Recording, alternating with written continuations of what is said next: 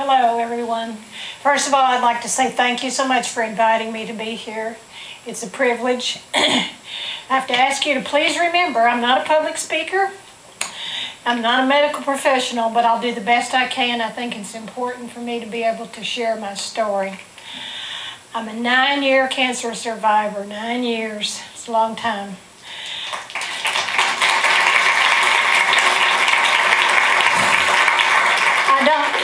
I don't believe in that word that some people use that starts with a C and it ends with a U-R-E. I'm a survivor, and I'll always be a survivor. There's a doctor at MD Anderson who says you're a survivor from the day that you're diagnosed. And that's what I believe.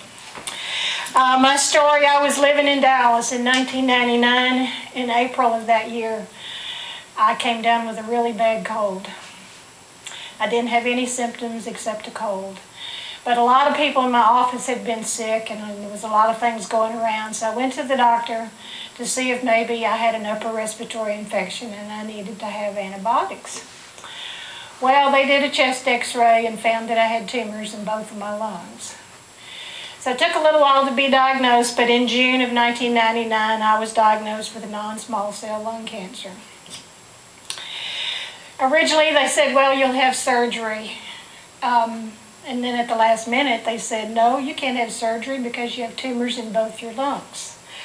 Couldn't have radiation because I had tumors in both my lungs. So my oncologist in Dallas, thank God for her wisdom and her suggestions, referred me to a clinic called Mary Crowley Medical Research Clinic. It's located at Baylor Hospital in Dallas. My first visit there was in the end of June 1999. So then I started my odyssey. And some of you, I think, here are patients, and you might know about the odyssey. My first clinical trial started in July of 1999. I received Taxol and carboplatin, which are standard chemotherapy drugs, along with a trial drug called CYA-246. CYA, we joked it stood for cover your...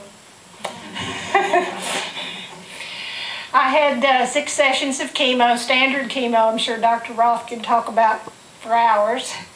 I did fine with the chemo. Chemo's not as bad as they say it is.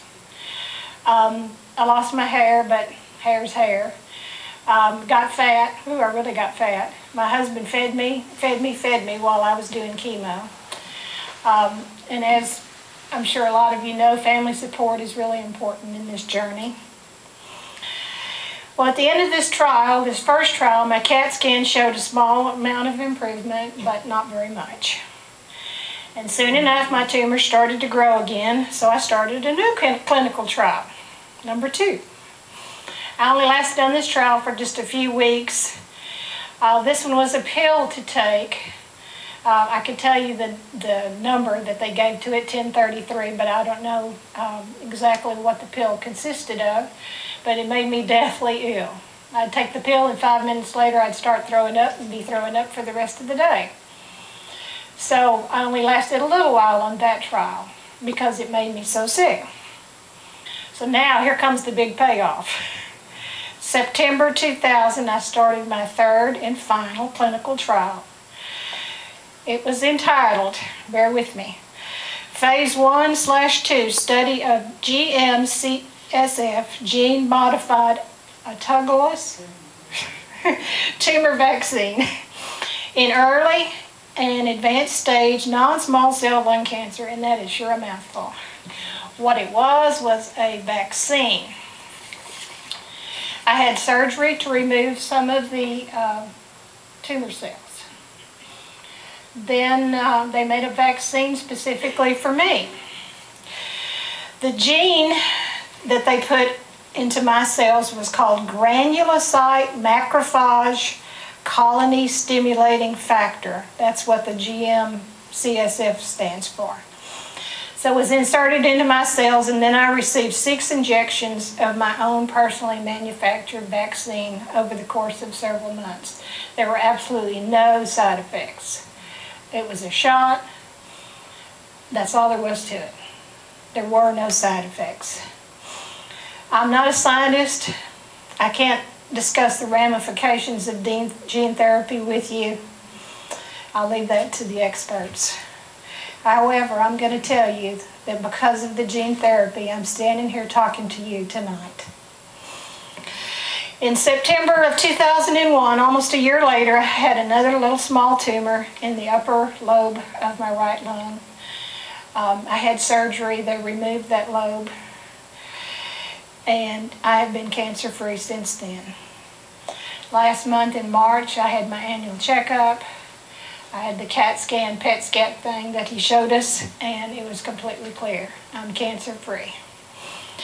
Now, I live in Houston now. I volunteer every Monday at the University of Texas MD Anderson Cancer Center, the same hospital where Dr. Roth is on staff. I hope that I can share some of my story with some of the patients at the hospital. I know it's always encouraging to talk to another survivor. I'm also patient advocate on the Institutional Review Board for Mary Crowley Medical Research Clinic. We review new clinical trials for cancer patients to be sure they're legal, moral, and ethical.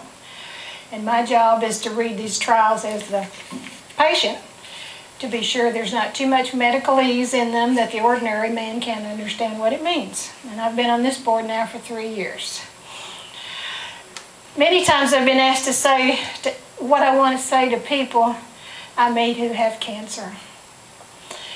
On the very first day of my very first chemotherapy, I took a stack of magazines with me because I was supposed to be there like 14 hours. There was a story about Ernest Hemingway in this magazine. And there was a quote by him that he made during World War II.